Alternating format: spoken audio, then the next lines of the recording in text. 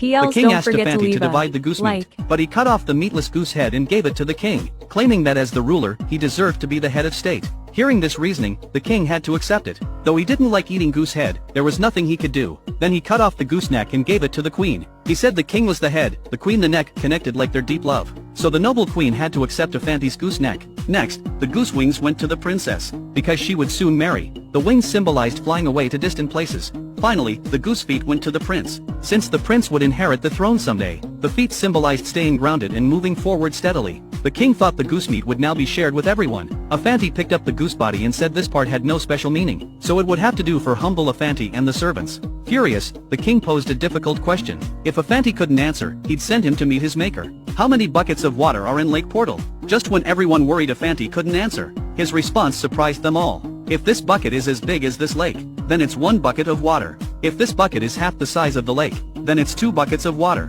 By this logic, how many buckets the lake holds depends on the bucket size. The king was left speechless. He immediately brought 3 scholars to question Afanti. How many stars are in the sky? Afanti smiled, saying this simple question could even be answered by his donkey. As the donkey swayed around, Afanti immediately gave his answer. However many hairs it has, that's how many stars are in the sky. The scholar immediately objected that donkey hair couldn't be counted. Since donkey hair can't be counted, naturally the stars in the sky can't be counted either. Afanti's answer was convincing enough. The second scholar had to step forward with a question. He asked Afanti how many hairs were in his beard. Afanti laughed heartily and picked up his donkey's tail. He said as many as the hairs on this donkey's tail, and he offered to count his beard hairs against the donkey's tail hairs to verify. If he was short by even 1 hair, he'd admit defeat. Knowing it couldn't be counted, the scholar slunk away. The last scholar posed an ultimate challenge. Where is the center of the earth?